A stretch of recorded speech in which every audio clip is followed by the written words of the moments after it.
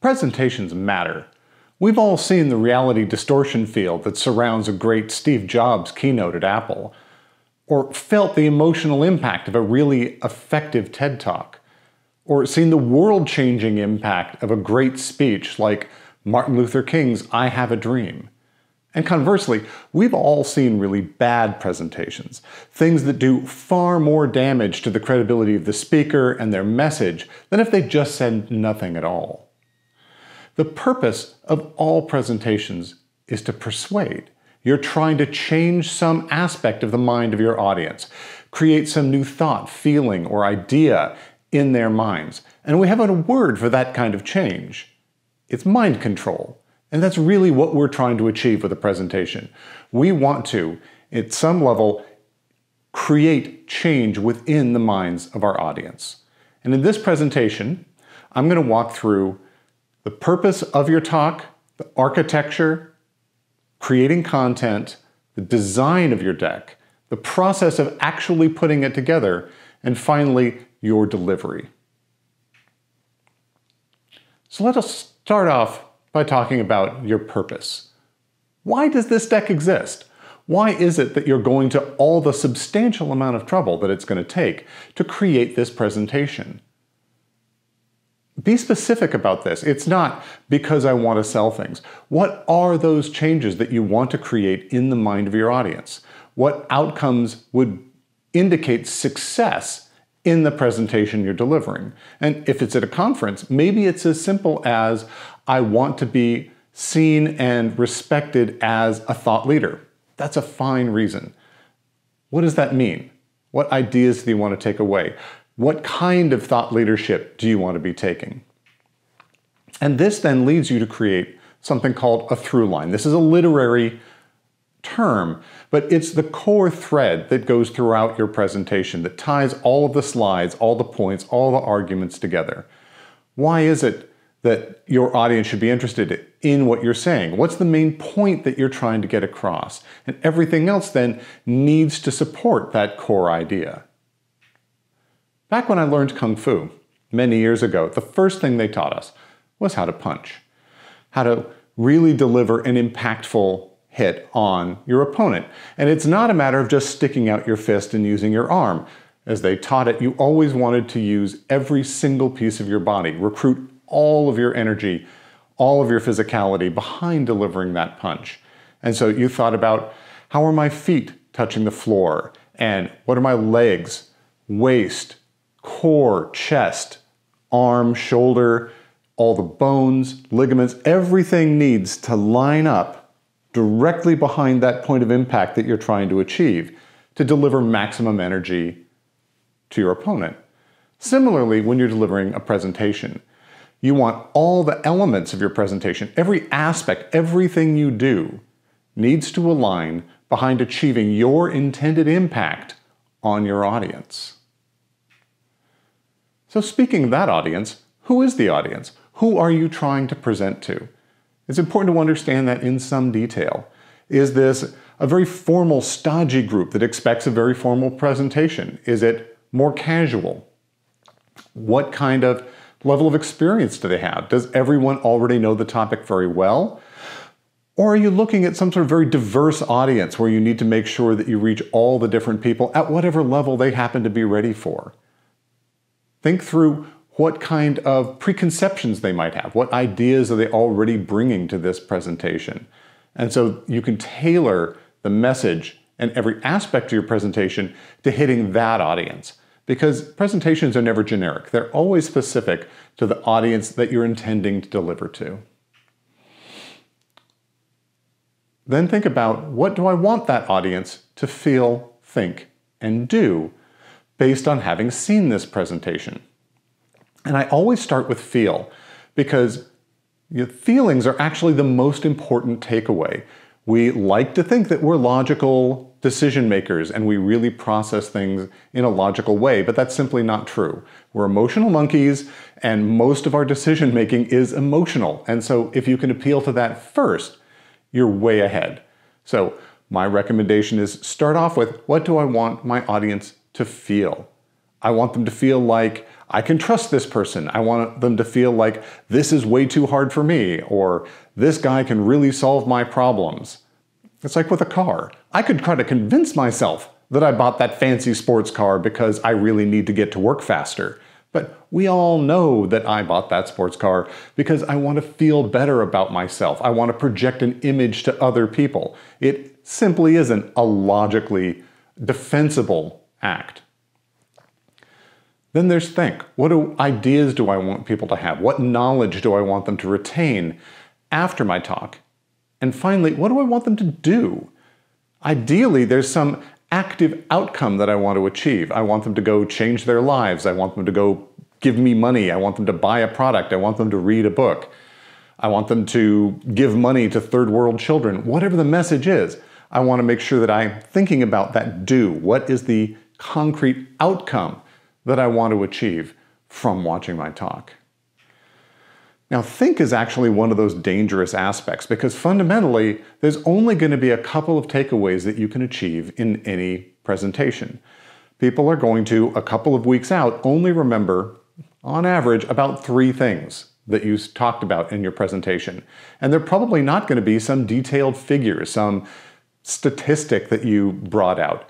It'll be the big ideas and the emotional impact, right? If one of those things is that you're amazing and they want to do business with you, that could be exactly the outcome you want them to achieve. Even if they don't remember the details of why they trust you and want to do business with you, that's probably fine.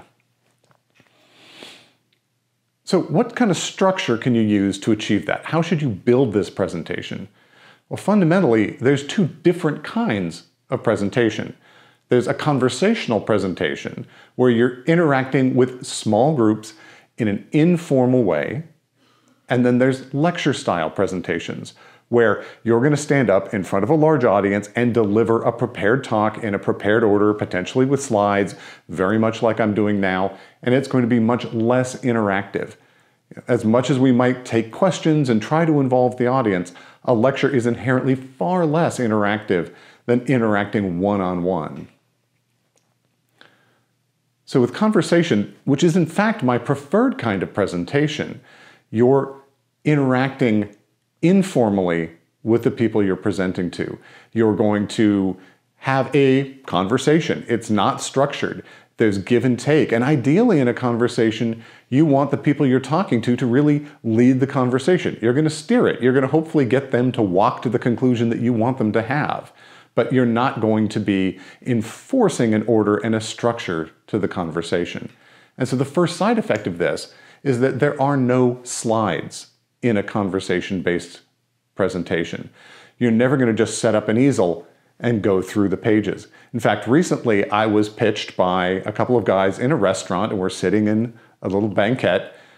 And when the time came for them to pitch me, they pulled out a small easel with their entire slide deck and proceeded to go one slide at a time, just like they were standing in front of a big audience, through their entire deck. And it was appalling. It was a terrible experience.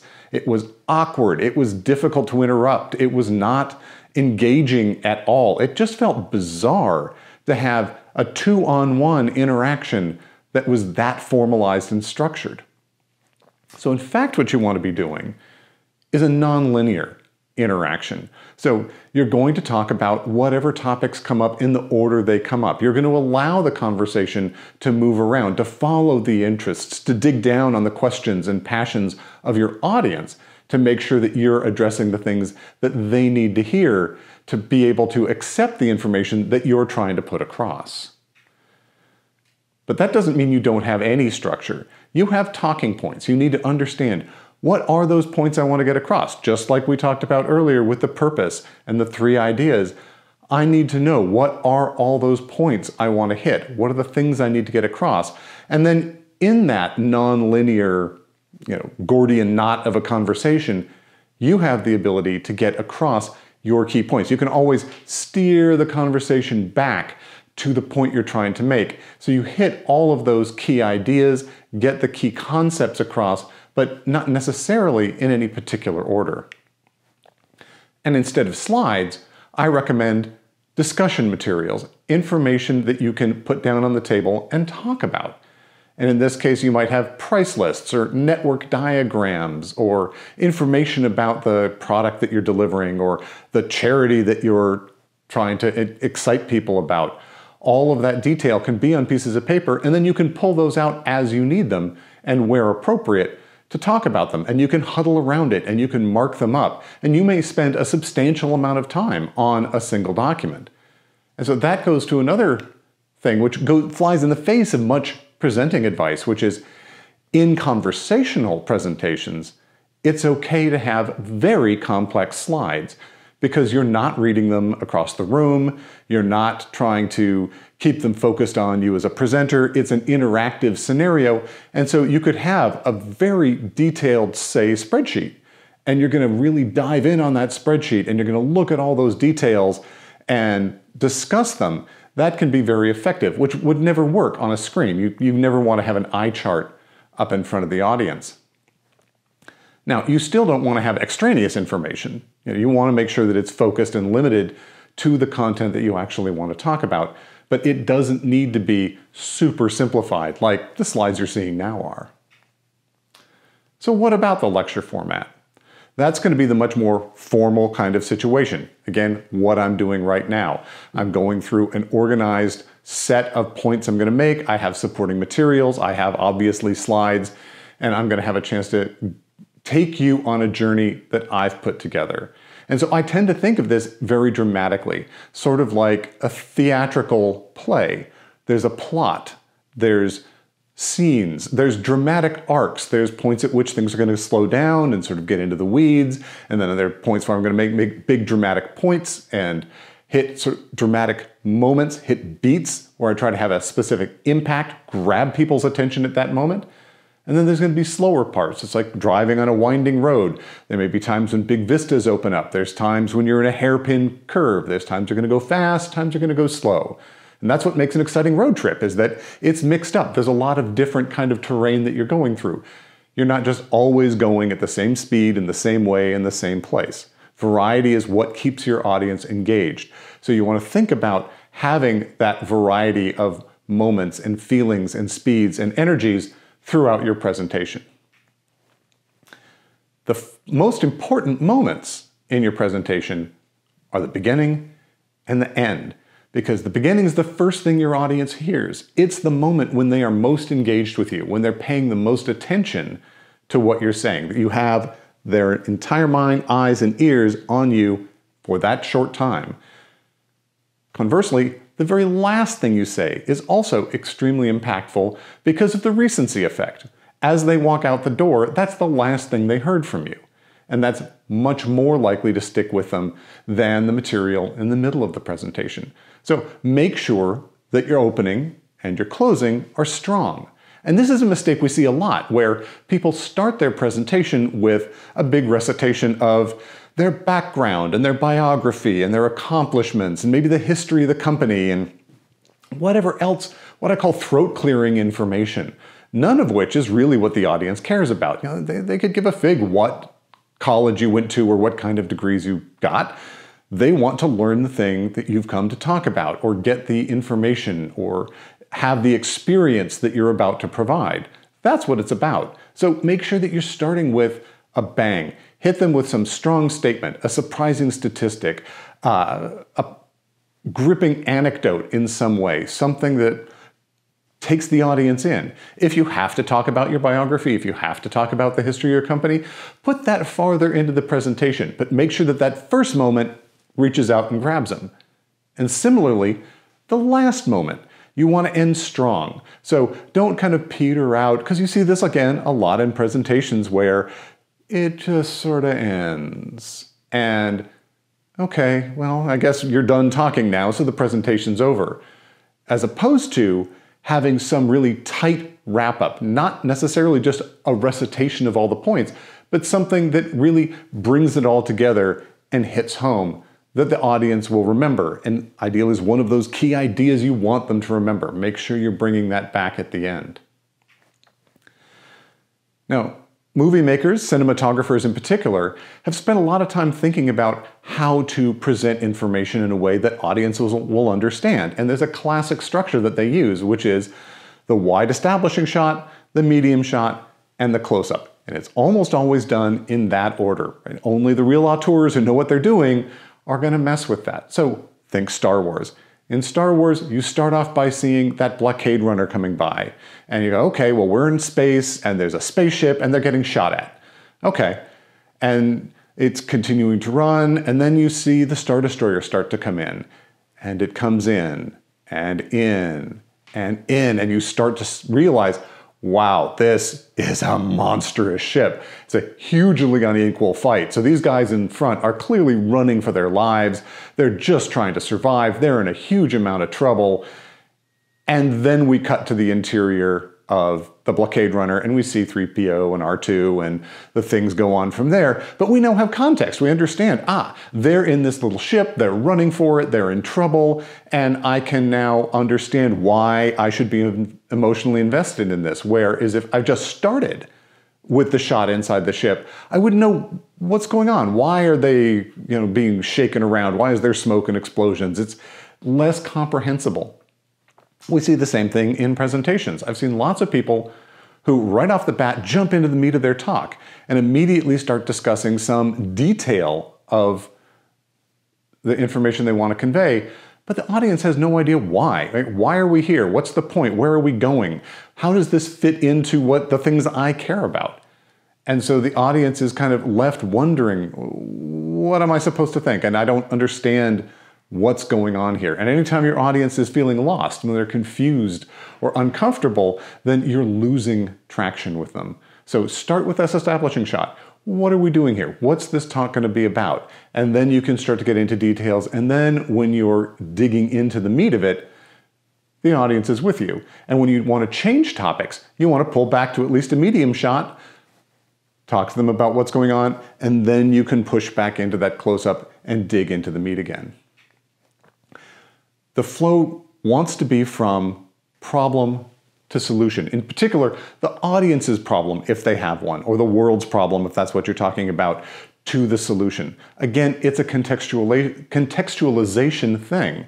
You want to make sure that the audience understands why they should care about, let's say if you're selling the product that you have, the solution that you want them to buy, in context of the problems they're having. What's the pain point you're trying to solve?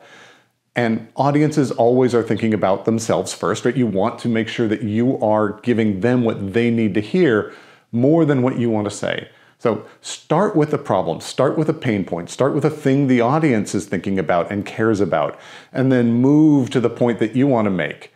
And if you've taken that path, then by the time you're presenting your thing, they'll understand it and care about it because it relates to the thing they cared about to begin with. So what should the content be in your talk? Winston Churchill had a great quote about this. He was an amazing speaker. And he said, if you have an important point to make, don't try to be subtle or clever. Use a pile driver. Hit the point once, then come back and hit it again. And then hit it a third time, a mighty whack.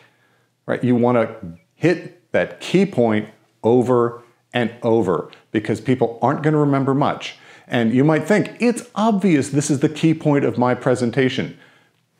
It isn't as obvious as you think it is. It's obvious to you, but it may not be obvious to them. So hitting that key point over and over, 3 times is a good choice, will really help reinforce that idea to your audience. Everything that goes in your presentation needs to justify its existence. It's often tempting to put in slides or put in points or anecdotes because you think they're fun or clever or interesting. But everything that's in your presentation that doesn't support your through line, that doesn't support your core purpose and point, is a distraction from it. It's something else for someone to think about that doesn't help get across that key thing that you were trying to get across. So get ruthless with your presentation. Anything that doesn't contribute needs to get out. And look for places where there might be questions or distractions for the audience. Any place where they're gonna get that head tilt, like, why is he talking about that? Or where is he going with this? How does this thing work? Every time they're thinking one of those thoughts, they're not focused on you. They're not paying attention to the story you're trying to tell and the narrative you're weaving. And so they're going to miss a couple of sentences while they think about things. So while you're building this out, and this is going to happen throughout the entire creation process, look for those points where your audience may get distracted and pulled off to the side, and try to eliminate those. Any place where they're going to start thinking about something else, make sure you address that. Don't leave the elephant in the room for later. Hit the elephant in the room, address it really early on, so that they can then have the mental capacity to follow you through the rest of your talk. There's a lot of temptation to reuse slides. We all have old decks that we've put together, presentations on similar topics that we've done time and time again. And so there's a real tendency to say, well, I'll just take my existing deck and modify it. Or I'm going to grab that slide that I used a couple months ago or a couple of years ago because it was pretty or cool or got a good laugh. Resist this urge. Start with the core of your presentation. Build it up as though nothing had ever existed before. And then at the very end, if there is a perfect spot in your presentation that's exactly filled by some existing piece of content, you have my permission. Go ahead, use it, grab that, drop it into your deck. But don't make a hole in your presentation for that piece of content. Don't beat it into shape to fit it. Right? If you have a piece of graphic but it's not quite right, you could rework it so it'll be perfect in that spot. But do rework it. Don't just, it's close enough. Make sure everything really fits the through line and your core ideas and will effectively contribute to the purpose of your talk. Stories fundamentally are better than facts. There's a real urge, especially among engineers, especially in technical talks, to want to give lots of facts, lots of data, lots of concrete, hard bits of information. But we don't retain those very well. And frankly, a presentation is kind of a poor media for conveying that sort of information. Like I said, people are going to remember 3 things. If I give you 100 facts, who knows what 3 things you're going to retain? But people do remember stories. The human brain is really good at remembering narratives. And Steve Jobs was a master at this. One of the best examples, I think, was when he introduced the MacBook Air. He could have talked about how this was the thinnest laptop ever created, it was the lightest, it was this many millimeters, it was this and that, and all sorts of numbers and facts.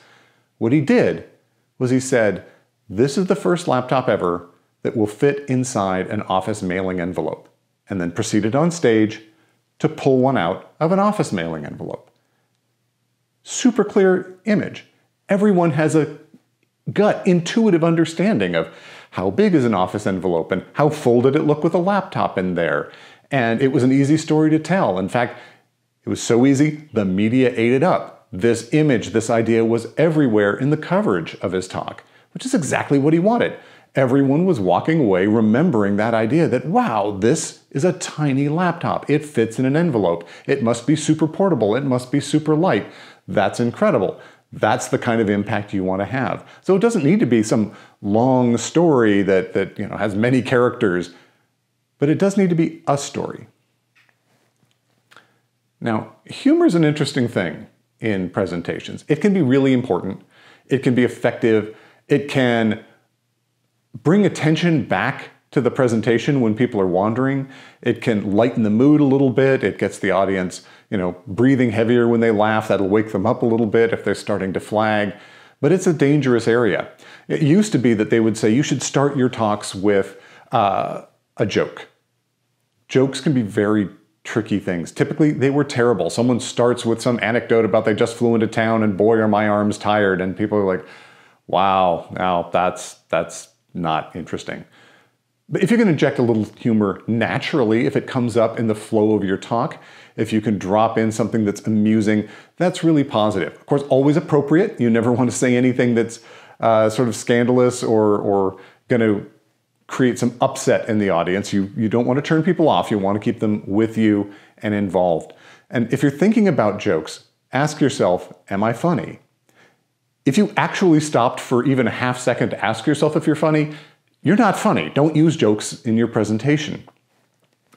Just let the humor come. Don't pad your presentations. Often we have an amount of time we need to speak for, especially in a conference scenario. You have 50 minutes, And the urge is to go, I'm going to fill all 50 minutes, pack it in there as tight as I can. But no one ever complained about being let out of a presentation early. Give them 5 minutes of their life back. And of course, you're not supposed to have any content that doesn't absolutely contribute to your core message. And so padding is anathema. You don't want to have the fluff in there that's just going to add distractions to your key point. And then sometimes there are questions during your presentation. Sometimes you'll talk more than you expected to. So if you've padded out and you've got fluff that takes you to exactly the amount of time you have, you may very well end up running out of time as you try to present. And we've all seen presenters do that. At conferences especially, they get to the point where someone in the back holds up the 2-minute paper and they realize they're about 2/3 of the way through their hour-long presentation, and now they're just racing through those slides. And they look unprofessional, they don't succeed at getting their point across, the entire thing is just sort of awkward and uncomfortable. So edit carefully.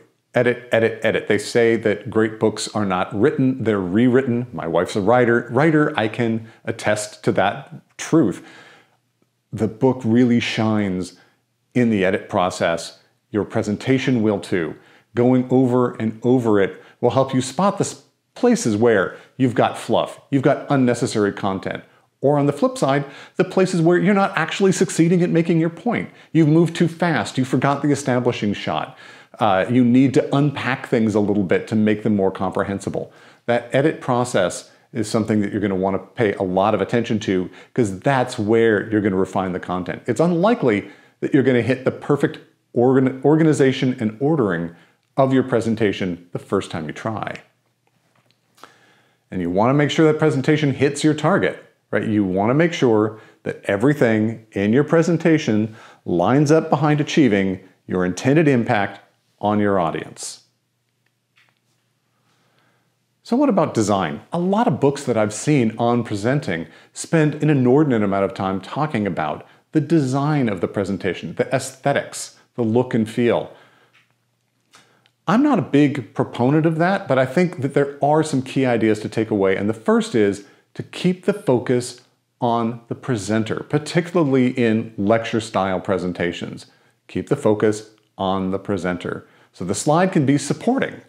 It's fine for people to glance at it, but you don't want them to stop and read it. You don't want them to tune out of listening to you to look at the slide and try to understand it if you're still talking, right? Because no one multitasks. People think they multitask, no one actually multitasks. So while they're focusing on the slide, you've lost your audience completely. So if there's content that you need to show that your audience needs to look at or will look at, and you can't avoid having it up there, then you just need to stop talking. Let them read it for a moment, and then you can come back. Your audience can't read your slides if it's an eye chart, if it's tiny print. You want to make sure that it's easily readable from the back of the crowd. And if you're, say, selling, you're trying to influence senior folks in the audience, the people with the most power to affect your outcome are probably the ones with the worst eyesight. So giving them a presentation that they can read from the back that doesn't make them feel old is a big step forward. But slides like that don't work well as leave-behinds. The reality is an effective, delivered presentation and the associated slide deck will almost always be a terrible leave-behind, because I've eliminated all the words. I've eliminated most of the diagrams. I've stripped it down to the point where you're always focusing on me and listening to my words, and the presentation is really my words, and the slides are a supporting capability for that. But if I'm not there, if I'm not talking, and you look through a slide deck like this, you have no idea what's going on. Like, why is there this guy sitting here looking at something? And what about leave-behinds? So think about them as separate things. You've got your presentation. That's about you. That's about you communicating to your audience in real time. If you want to have them have something to read later that recapitulates the points of your talk, create separate content. That could be an entirely separate deck that is word-heavy, that's designed to be read, or probably better yet, a media that's designed for that, like a white paper, some written document that lays out all of the arguments in a coherent narrative way, all the way spelled out, not just bullet points or something. If you're really squeezed for time, you can take your presentation and put basically everything you say in the presenter notes, and then you can create a PDF from that, which includes the presenter notes, so you've got the simplified slide plus all the words on the other side, and that can be effective as well. But that is kind of a cheat, and I only recommend that if you don't have the time to do it right by creating the real content. So animations and transitions. You see them a lot. They take a lot of time. They're really annoying. They're boring, and they're also problematic because what often happens is I'll go to the next slide and then someone will say, what about that slide we just looked at? And then you're going, oh man, I'm gonna have to back up and go through all of those transitions again. And I may click one too many times and then boop, I've now gone on to the next slide again and now I need to back up again. It's an awkward experience, and so really minimize the animations and transitions you use. It's just really another opportunity for things to go wrong. And if you keep it stripped down, it's less likely to happen. Also, when you get into these big builds with lots of bullets, it also tends to go with too much content on the slide. So you really want to try to keep it as lean as you can. And technology is not your friend. Right? Technology has blown up so many presentations. I remember I was doing one presentation in this closed environment and they couldn't find my presentation deck on their network computers, and I wasn't allowed to bring anything into this presentation. And so after a while, we finally had to do the entire presentation without that. I've seen audio fail, like really tricky thing to put movies or audio clips inside your deck. They seem neat, everyone likes to use them, but they, A, tend to be slow, they take the focus off you as the speaker, but then they're muddy, the video doesn't look good on the overhead projector, or the audio doesn't come out of their system. And I've seen lots of people where they're holding the mic up to the speaker grill on their laptop, hopefully trying to get enough audio through so people can hear the movie. Or they're trying to connect to the internet, load a YouTube video, and then they discover, well, it turns out that the Wi-Fi in this venue is non-existent to spotty to intermittent. It's just asking for trouble. So if at all possible, you can remove any technical question marks from your presentation, everything's safer. Just much more likely to get through the entire thing without a hiccup. Now, when a lot of people think about slide design, they're thinking visually. Personally, I think there's a huge number of visual designs that can work really effectively. To me, the most important thing is to have a consistent style. So you don't want to have a picture of you and your dog, and then a stock photo, and then a hand-scrolled thing, and then some, infographic, and then an animatic, and mixing them all together. That can feel kind of weird. But as long as you have a generally consistent visual style, I think almost anything can work. Here are two examples. This one was one of my favorite slides, and it's put up by a friend of mine. The entire deck was like this. It was all hand-drawn, really rough, very schematic, but it was simple, it was easy to read, it really captured the information, and I must have seen this deck 10 years ago, and when I went to build this presentation and was thinking about what's a good example of just a really rough slide that worked, I remembered this guy's presentation, Jeff Jonas, 10 plus years later, and went and found it online so I could include it. So obviously just the fact that it looks rough and looks simplistic was no strike against its effectiveness. At the same time, we see some slide decks that are incredibly polished. I mean, Apple and Steve Jobs are the masters of this. Everything's beautiful, it's crisp, it's high contrast, it's beautiful imagery, sparse words, nice layout, good typography. They've really gotten it down to the nth degree. You don't need to be at either of these extremes, but they're both very effective ways of presenting as long as you use them well. So what's the process? Let's get into the nuts and bolts of this a little bit. And I want to start off by admitting that I have lifted a lot of the ideas I have about presenting from Gar Reynolds. And these are two of his books. I like them both a lot. In fact, I had forgotten that they were in fact by the same guy when I pulled them off my shelf to pick them out as two books that I wanted to highlight at this point. But if you want to dig deeper, I highly recommend these two. They talk a lot about both the design of slides, how to think about them, how to present them. My first recommendation in terms of process is set aside time. A good presentation is not something to rush. If you want to have impact, you're going to spend quite a bit of time developing this deck. So give yourself the time, give yourself the space to think, eliminate distractions, especially early on in the design process. Try to turn off the email, try not to have your phone ringing all the time. Give yourself that Zen moment to think about your presentation and put it together and have that deep introspective time to do it right. Give the presentation the time and space that it deserves. You're going to start with your purpose first and your slides last. There's a real tendency to want to go into a slide presentation software as the first thing you do. Someone says, go build me a presentation. Okay, I'm going to go open Keynote or open PowerPoint and start building slides. I think that's a real mistake. You want to start with the purpose.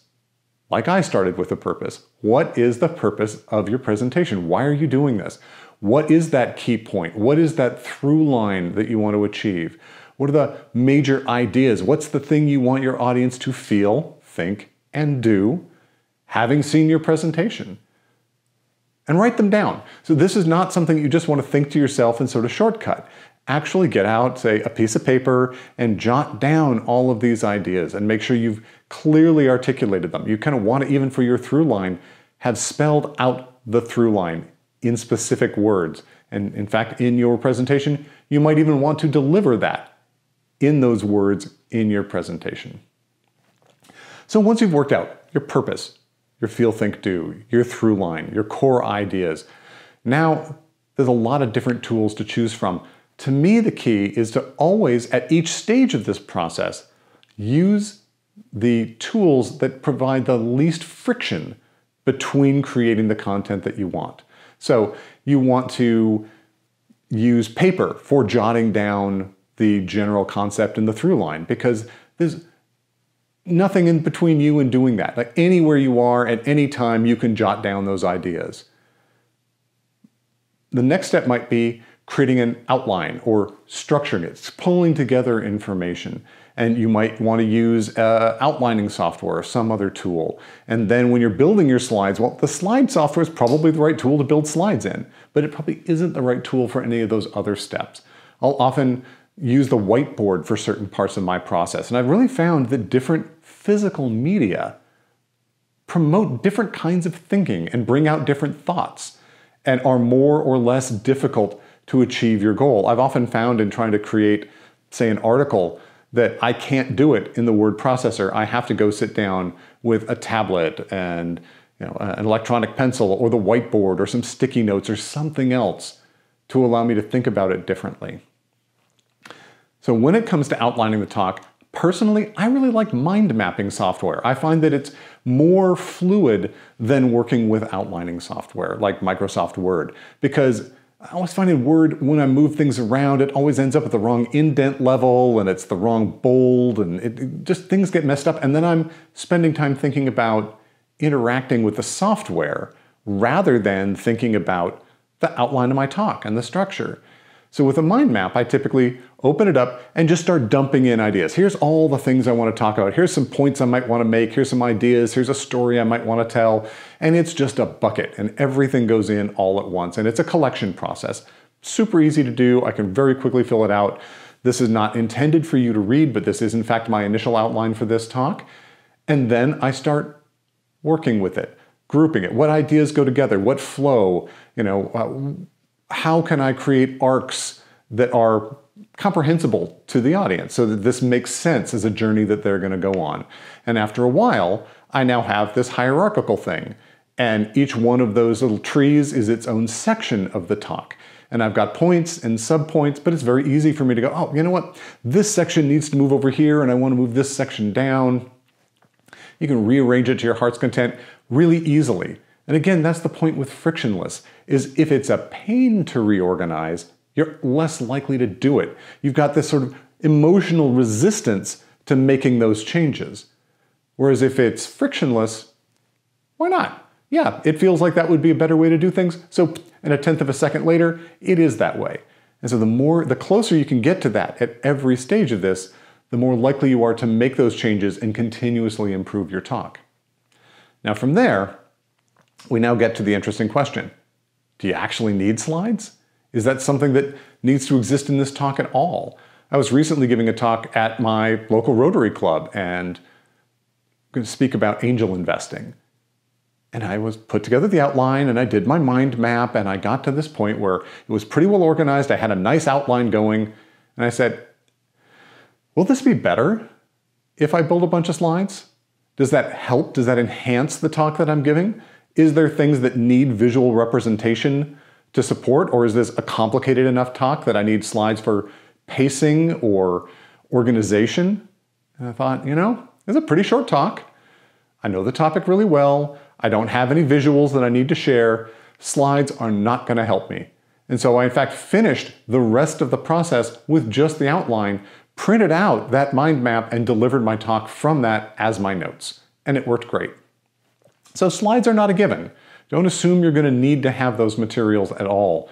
And in many cases, your audiences are tired of death by PowerPoint, and they'll really enjoy a talk that's just you talking to them and having that direct contact. But if you do decide to create slides, I'm still going to say don't fire up PowerPoint yet. I recommend 3x5 cards because they're more frictionless. How long does it take to scroll a couple of words on a 3x5 card? A couple of seconds at the most. And once you have your 3x5 cards, one card per slide laid out, how long does it take to reorganize it? Again, seconds. I can take and shuffle these, I can create a new card, I can remove cards. You can see I've got a big stack of blank ones in the corner of the table. This is the 3x5 cards that I used to create this presentation. And when I wanted to reorganize it, I could just shuffle them around. I'd actually practice from this stack of 3x5 cards. I rehearsed this talk multiple times, standing at the table, reading off the cards as though I were doing this presentation. In fact, I would fake the remote clicks at different points as I was thinking about what's the timing, what transitions do I want to make, and really getting explicit about it. I present like I'm presenting to a whole room full of people as I'm doing that. It's full on, full energy, full voice all the time. Because you never get the timing right. You don't have a sense of how it's going to flow, how it feels, what spots are falling flat versus what's maybe too over the top or what's silly, unless you're actually presenting it for real. And then as I go, I can go, you know what, I need more here. Quick scribble on a card, there it is, add it, keep moving.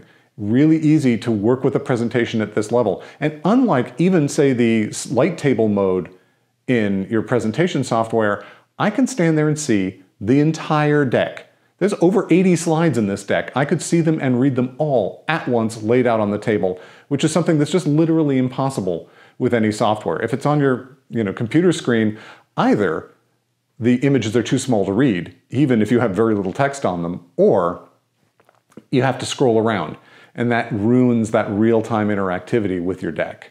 And just to prove that I'm not cheating, there's the 3x5 card that I just was talking about. So this is the exact deck I used. Now you'll notice that some of the surrounding cards don't quite look as familiar, and that's because I keep editing as I go, and after I took this picture, the cards got edited more, and then the presentation was edited more even after that.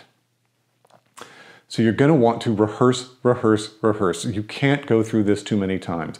You wanna make sure that you know the points you're gonna make, the transitions you're gonna have, why does each slide exist is just completely intuitive and embedded in your head. You want to be able to be loose. And if you're really having to think hard about the content, like why am I doing this slide, or what am I going to say here, what's the transition I want to make, then it's hard to be relaxed while you're presenting.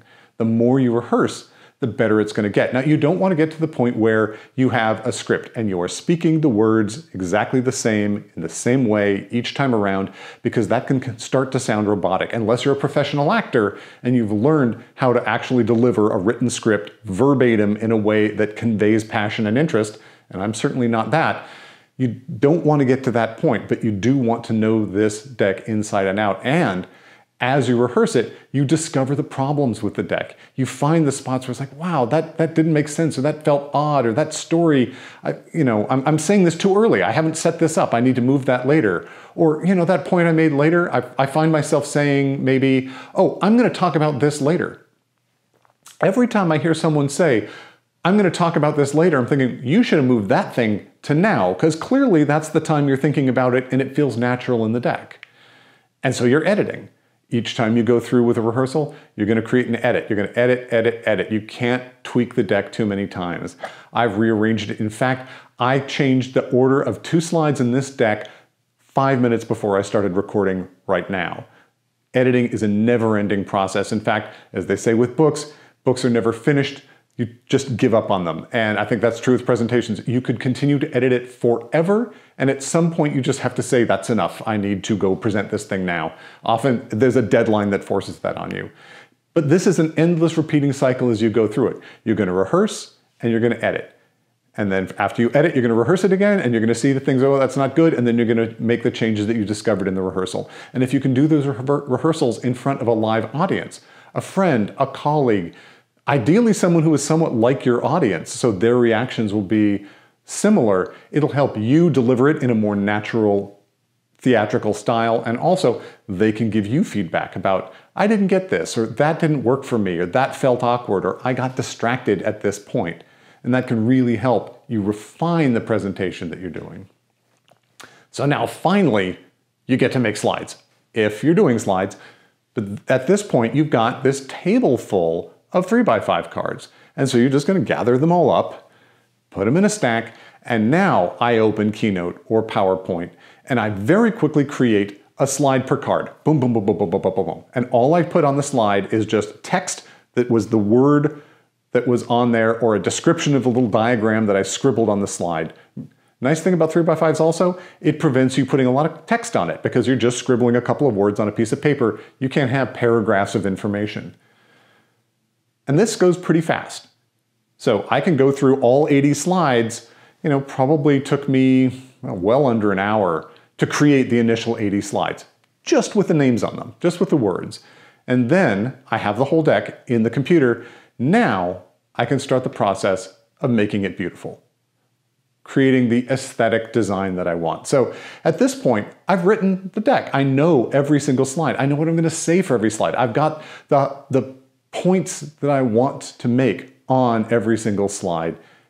And I can just concentrate on design at this point. I can spend my time going to stock photography websites and finding the perfect picture of someone punching, or the perfect landscape to characterize beauty and beautification of your slide deck. You can then get into other software and build diagrams or find content that reflects what you need. Get that network diagram that really shows how your system works that you want to show in your presentation. And then you have your deck. You've now finished your presentation, but you now need to deliver your presentation. Right now it's just a static deck, and probably one that doesn't stand alone at all because you've optimized it to be delivered by you. So the first step when it comes time to actually delivering your presentation is to scout the room. Get there early if you can. Ideally, get there while someone else is speaking so you can see how that works. If you're at a conference, sit in on the previous session. What's the room like? What's the audience like? What are the acoustics? Is this a huge space? Do you need to really shout and project? Is the AV system good? Is it bad? Anything you can do to risk reduce. Do you know how the AV works? Do you know what kind of adapters? Can you get in there and work with the AV guy ahead of time, or plug in your laptop 15 minutes in advance to make sure that it recognizes the projector in some way? I showed up once for a huge talk. It was really a critical thing. I'm going to speak to hundreds of FBI agents in this big auditorium, and it's during this conference, and I walk out there and my assistant goes and drops my laptop, and I did not have a chance to do any preparation, and he plugs it in, and I've got about half an hour, and nothing comes up on screen. And I had to improvise a no-slide presentation just based on my own memory for 10 minutes before they finally got the presentation going. Now, of course, I couldn't just leave 10 minutes of dead air. That was going to destroy any audience experience. I had to just stand up there and start delivering. Now, because I had been rehearsing and rehearsing and rehearsing and rehearsing and really understood my through line and key points and the beats I wanted to hit and all the information I wanted to convey and in the order I wanted to do it, I was actually able to do a pretty good job. Maybe not as good as if I'd had those cool slides behind me, but when they eventually got up, I could very quickly catch up to where I was and keep going. And the presentation actually went really well, but it wasn't good for my lifespan. I think I took a couple of years off with the stress of doing that. Anything you can do to de-risk that situation is going to be critical. Then make sure you're prepared to get rid of distractions. So mute your phone. Better yet, turn your phone all the way off so you don't even hear it buzzing on the table subliminally. Just knowing your phone is on, in fact, has been shown to be distracting and will reduce your ability to focus on your presentation. Similarly, mute your computer. I always think it's hilarious when I'm watching an online webinar and in the middle of the webinar, when the speaker's got his screen share on, boop, I see a pop-up from some chat program that's running in the background.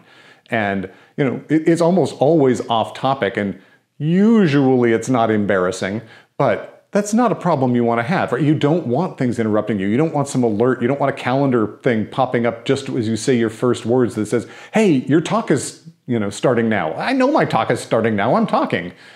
So mute all of that. You can go in and turn on a do not disturb mode on your computer pretty easily in a Mac, which is what I'm most familiar with. You go over to the alerts window on the right. If you drag it down, which a lot of people don't know you can do, there's a switch to turn on do not disturb mode. And then suddenly all those pop-ups and alerts go away. If you can turn off the internet, that's great. That reduces the likelihood of anything waking up. You want to make sure that your computer is not going to go to sleep, so turn off the sleep settings so your screen is not going to go black if you're talking for a while during your presentation. In fact, there's a cool Mac program that's free called Caffeine, and because it wakes up your Mac. And as long as that's running, your screen will never go to sleep. So it's part of my routine. In fact, I have a little sticky note with all those steps just to make sure that I never forget to do any of those things. The appearance matters more than we'd like to think. Again, we like to think that what we're swayed by is the argument someone's making as opposed to the impression that they're making.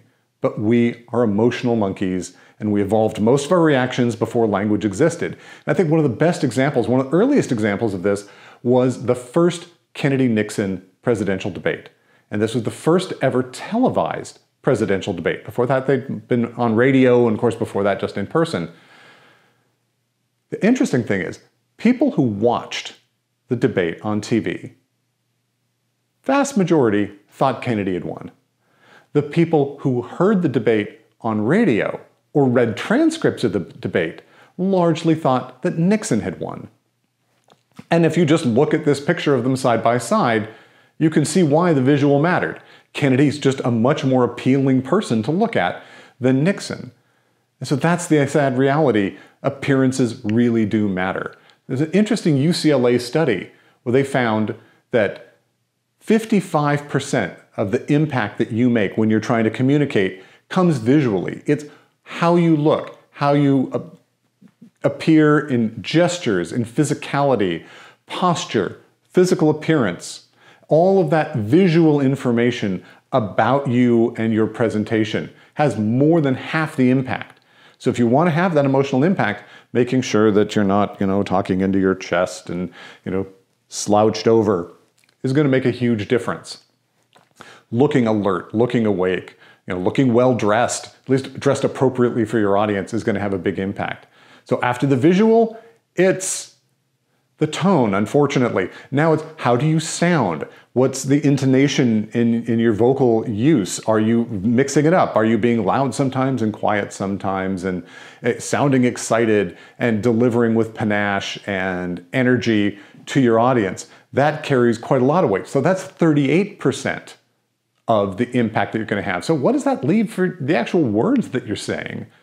7%, less than 10% is what this study found of the impact that you're going to have is going to come from your actual words. And so you want to think about this a little bit in terms of how much time you put into rehearsing and preparing and dressing and practicing your posture and your delivery, because that's where the big impact is. If you've got the perfect words and you look and sound terrible, you might as well not have shown up. Whereas we've seen with dictators, they're saying absolute twaddle, right? Their arguments make no sense. You read a transcript of their speech and you're like, what planet is this guy from? Yet millions of people will follow them because they say it so well, they look so good, it's so empowering to them, and it delivers this message in a way that, like, yeah, I want to get behind that. Even though the message made no sense whatsoever, the delivery can really make up for it. Not that I want to advocate for everyone to go out and become dictators, but they know a thing or two. That's why they became dictators and everyone else is following them. Plan out the words you're going to say. Not to the word. Again, you don't want to script your talk, but you kind of want to know on every single slide, what's the point of the slide? What are the key phrases I might want to say as part of this slide? What are the points I need to make? How much am I going to say on this slide? Is this a slide I'm going to spend 10 minutes talking about, and I'm really going to drill down on a whole lot of aspects and tell all sorts of anecdotes about it? Or is this something I just want to say, hey, there's some words, plan them, click, next, right? Really fast moving through it. So understanding what are the words, the phrases, the points makes it so that you never do that, look back at your slide and then go, what am I going to say about this slide? You've already got it. And the most important words really are going to be in the transitions, because they'll help you move from one slide to the next. Because that's where you have that hitch, where you stop and go, what is this next thing I'm talking about? And what was I going to say? Whereas if you have that flow, where you're actually doing the click in mid-sentence because you know the next slide you're going to roll into, it makes everything move along, keeps that momentum, keeps the audience moving with you as you go. So you may have gotten an idea that I've got concerns about reading slides. Let's see, it turns your back to the audience. Turns out this is in front of me in this case. It looks unprofessional, tends to make you deliver in a more monotone voice, and I think it's just generally pretty annoying. So don't do it. Don't read your slides. You want them focused on you. So ideally, there's not much content to read if you're doing it right. But even if there is some content, your audience isn't a bunch of illiterate children, I'm assuming. They can read. So if you want them to read the slide, let them read the slide. It sort of relates to something I learned from my grandfather, who was a master presenter. He made vacation slideshows that people wanted to watch. I think that's an accomplishment, because we've all been subjected to those. But one of the things he told me was, when you show someone a picture of the Eiffel Tower with, you and your wife standing in front of it, don't say, this is me and my wife standing in front of the Eiffel Tower. They can see that. They know that that's you and your wife in front of the Eiffel Tower that's, 6 feet tall behind you. What about this slide? I mean, this is probably not the world's best picture of the Eiffel Tower. You could have gone and bought a postcard or something of the same image that was better taken, better lit, better framed. Why are you showing them this slide? What's the story? We got here 10 seconds before the worst hailstorm ever, or, we've just been robbed and we're trying to look happy about it, or, right after this, we met this amazingly goofy guy who took us to dinner and we got totally drunk. What is the story around this? What's this illustrating? That's what you want to be talking about. As soon as they looked at the picture of you and your wife in front of the Eiffel Tower, they knew this was a slide of you and your wife in front of the Eiffel Tower. Same thing. Don't read your slides. Attitude is critical in how you deliver things, because you're the speaker. You want to have that confidence that you're the subject matter expert. You want your audience to feel that. So make sure that you really do believe and you know your material well enough, you know your slide deck well enough to project that. Like, yes, I'm the one delivering this because I am the one who should be delivering this. And by the time you're done with all that editing and all that thinking and all that rehearsing, You should be confident. You should be the guy to deliver it. But you never want to be cocky. If someone asks a question and you don't know the answer, you don't want to use attitude and confidence to go and BS your way through something. People have very sensitive BS detectors, and they're going to hate you if they think that you're pulling one over on them. So radical candor is going to be critical here, but that actually shows confidence. If someone says, "What about this?" and you don't know the answer, and you say, "You know what? That's actually a great question. I don't know the answer to that. I'll get that and get back to you." That shows confidence. You're not freaking out. You're not, having some sort of crisis of confidence because they've questioned you, because you didn't know some piece of information. So you want to come across as the expert, but not as the know-it-all, as someone who's going to be cocky and off-putting to the audience. You want to deliver with energy. That's how you get that visual effect, and really the audio effect as well. And fundamentally, if you're not the most excited person in the room about the topic you're talking about, who is? Who else in this room spent the number of hours preparing for this particular presentation that you did? Well, obviously none of them. That's why you're presenting. But that's got to come through. You need to be excited, and that needs to be obvious, because your excitement will be contagious. That's a lot of how you get that emotional impact through, and let the audience know the points that matter. Like, yes, this is the thing that I need you to be paying attention to. This is the thing that's really going to make this difference in your life. Which ties into the physicality. The vision is of you, of your body, and so how you stand, how you move is critical. There's a real tendency to sort of be locked in. People get nervous. Podiums are a real problem with this, where you stand behind the podium and you grab it and you never move and you get really stiff, and it can kind of drain the energy out of you. Whereas you want to be standing naturally, your feet sort of shoulder width apart. You can move a little bit, head up, shoulders back, opens up your chest. That also helps with your breathing. You can walk around a little bit. Walking around looks more natural. I always like to have a handheld mic or a lapel mic because I can move. But you want to avoid that pacing back and forth during the presentation. You look like a caged animal. But as you go through a transition between sections, intentionally walking from one side of the screen to the other and then continuing allows you to sort of occupy more space. It brings you closer to a different part of the audience. It looks like you're in command and control here, which is a good thing, right? You want to look like you own the space you're in, and you should be there, and you have the confidence to use the space that's available to you. More specifically, with your physicality is your gestures. And there's a lot of temptation for particularly technical presenters to use very small gestures. They want to be on that intimate level, so they're in here and they're going to gesture and their elbows are to their sides. And in general, and that may work for a conversation, but in a lecture style presentation, things need to get bigger. So your arms need to come out, your elbows need to get off your side. You don't ever want to be sort of that stereotypical Shakespearean actor from bygone ages where you're outstretched and here, that sort of looks silly.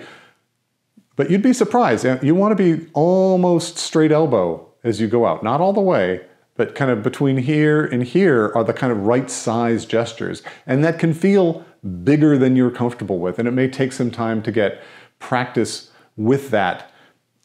But it shows energy, it shows expansiveness, it's visible from the back of the room. And it also ties into the energy again. You're portraying more energy. Many technical presenters feel like they're being ridiculously extravagant with their energy and their enthusiasm when they're at about 10% of where they should be. So if you're one of those people, again, rehearse in front of an audience, get their feedback, but you probably want to turn it up a lot higher than is really where your comfort zone is, both in terms of emotional enthusiasm, facial expressions, but also your gestures.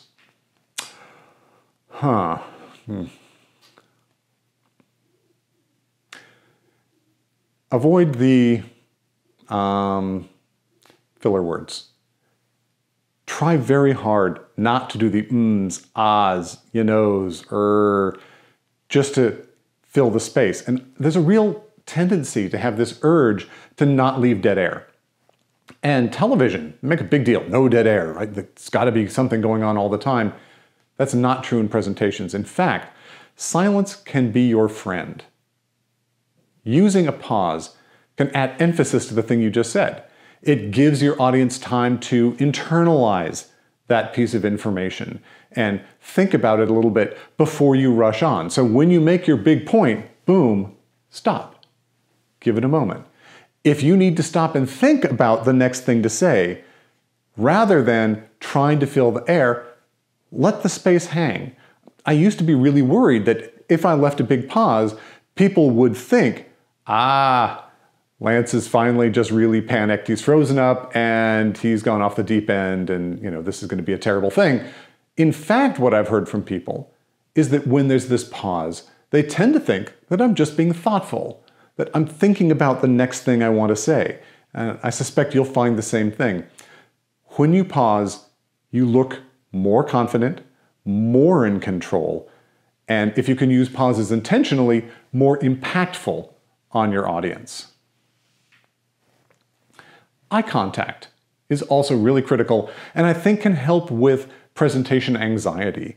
So you want to look individually at your audience members and make eye contact with them. So when I'm speaking to a group, I'm going to look around the room and say at the end of each sentence, move to a different audience member with whom I'm going to make eye contact. And effectively for that sentence, I'm talking right to them. I'm making one-to-one eye contact with that person. And we are incredibly well designed and sensitive to eye location, where your eye is looking. Even inside a large room, 30, 40, 50 people, the audience members know when you're looking at them or the person sitting next to them. And even in a large audience, they'll feel like you're speaking to just that person. So you make that personal connection. They like that. From a presenter point of view, you're not speaking to 200 people. You're speaking to one person at a time, individually, rather than 200 people at a time. And you can see that facial expression. You can also read how they're responding. Are they looking interested? Are they looking bored? That eye contact can be really effective, and it makes that bond with your audience. It helps with the emotional side of your whole presentation. And slow down your presentation. Adrenaline can really get people amped up. There's a tendency to start to rush, to babble, to talk really, really quickly.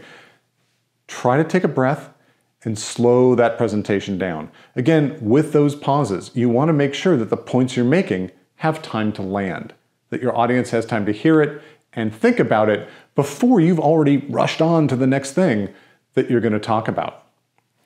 It also gives you time to breathe. I've seen speakers pass out because they're effectively hyperventilating and they're talking all the time and they're not taking the time to actually get any oxygen into their body. So give yourself that time. And remember, you've removed all the fluff. You should have that time so you don't need to rush through the presentation. You're better off presenting less information in a more measured way with time for people to think than packing more data in, but you just had to zoom through all of it. And in the process of reading your audience, you want to adapt. Right? If you can see your audience is bored with what you're saying and they're tuning out because it's obvious, we all know this is repetitive, you can speed up. So if you're talking to a group and you're, say, talking about some risk, and you were planning to dig into that risk in great detail, and you can see as you're making eye contact with your audience that they're all like, we all know this, come on, get to the point. Get to the point. You can jump right through that and go, so look, we all know that this threat is a big problem, so let's talk about, and then get onto your next thing and the solution or whatever the next element you're going to talk about. Whereas if you're talking to them and you're starting to talk about, again, maybe some threat, and the audience is looking panicked and worried that they're never going to use the internet again, you may realize that you need to unpack that more for them. You're going to need to spend more time on that part of the talk than another. I remember I was doing this one talk, again, it was selling to a customer, and I needed to use example cities. And I usually just randomly make up cities. It's going to be Tokyo today, it's Timbuktu, it's Johannesburg. And at random, I picked Cairo for this customer. And as soon as I said the word chiro, I saw a bunch of people in the room light up. I said, that's interesting. Let's try that again. And so the next time I did an example, I intentionally used chiro again, and boing, the audience was paying attention again. It's like, okay, I have no idea what these guys are actually doing, but apparently it involves chiro. And so from then on, every example I did was related to chiro or issues that I thought might be coming up in chiro that they might care about. And in fact, when we finally sold them the solution, we codenamed them chiro because that was obviously the thing that led to the sale. So watching the audience and reacting to them is a really important part of the delivery of your presentation. And that's where the rehearsal comes in so strong, is you know your material. You know what's going to come up when, you know what the next point is you're going to make, you know the purpose of the slide, and then you can read your audience and see, they've already got the purpose of this slide. I can just move past that and move on to the next thing. And you've got the confidence and experience with your presentation to do that smoothly. All right, so in conclusion, you want to start with purpose. Why are you doing this? Make sure you've got that really clear before you do anything else. Remember, you're only going to get a couple of takeaways. I made a lot of points, but most of the points I've made have been in support of just a couple of key takeaways that hopefully you will remember after this presentation. You need to practice, practice, practice, practice. That rehearsal step just can't be overemphasized. It's most of what makes the difference between a good presentation and a weak presentation, and certainly it's present in all of the great presentations. And present with passion, right? You are the most excited guy about your material in the room. That should be obvious to anyone looking. That passion's going to come through, and that's what's going to get you that 90+% of the effect you're going to have because of the energy, the appearance, and the vocals that you're going to deliver as part of your presentation. And all of those elements need to work together and line up perfectly behind delivering your intended impact on your audience. One of the most important presentations I ever gave was very early on in the history of Anonymizer, my company.